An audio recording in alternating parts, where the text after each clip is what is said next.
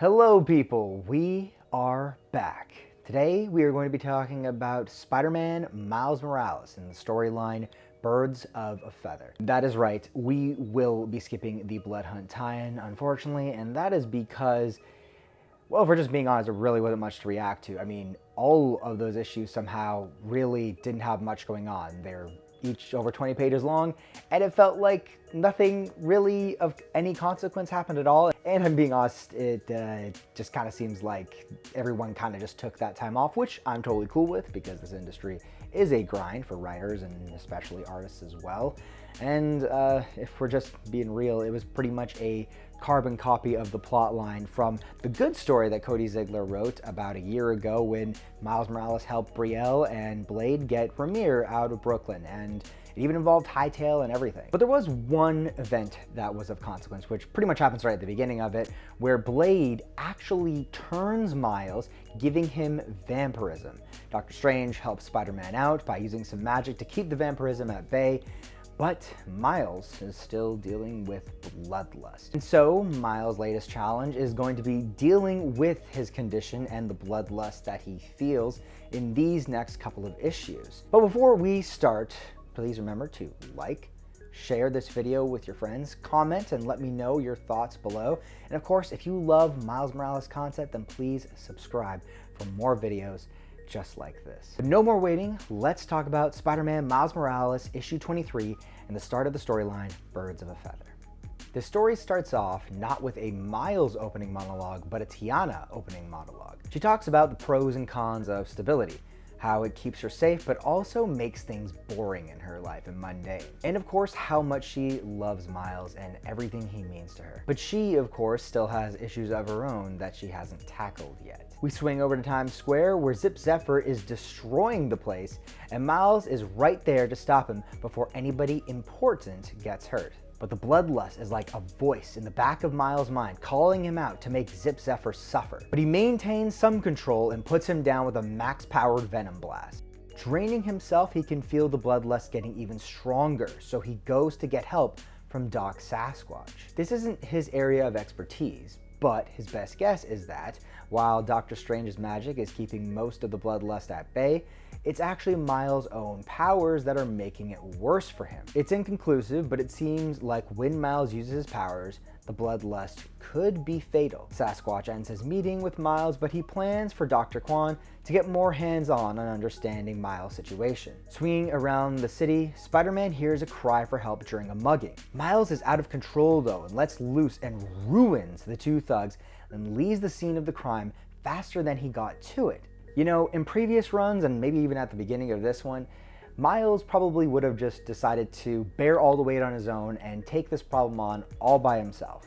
He's learned a few lessons though recently, and he's not going to make the same mistake again, so knowing he's losing control instead of hiding what's going on, he reaches out to Tiana for help. Back in her place, Tiana hears a thumping sound and heads to the rooftop, only to find her grandfather, the Vulture, Adrian Toombs.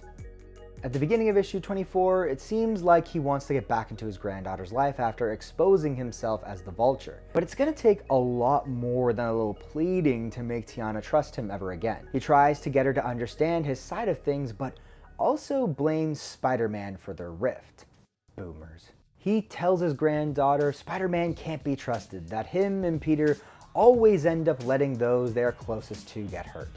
So he threatens to deal with him to protect her. Tiana isn't about to let him go do that, so she points her tranquilizer at him but can't bring herself to shoot her grandfather. Miles spoils his plans and meets him head on though, and is still going crazy and lays into him with a massive punch to the gut. Then Vulture takes Spider-Man flying off the rooftop, but Miles is way too powerful and not pulling his punches at all with the old man. He sends Vulture blasting down as the voices in his head tell him to not let up. Vulture's so unprepared for what Miles is bringing. Spider-Man takes out his sword, carves up his wings, and sends him crashing down to the rooftop.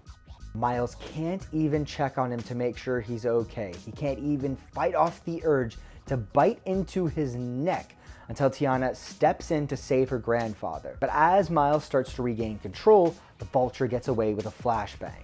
Miles immediately starts to track him down though with the smell of his blood. But Tiana knows something is very wrong with her boyfriend and calls him on his suspect behavior. Misty interrupts things with a call to Miles, with good news though.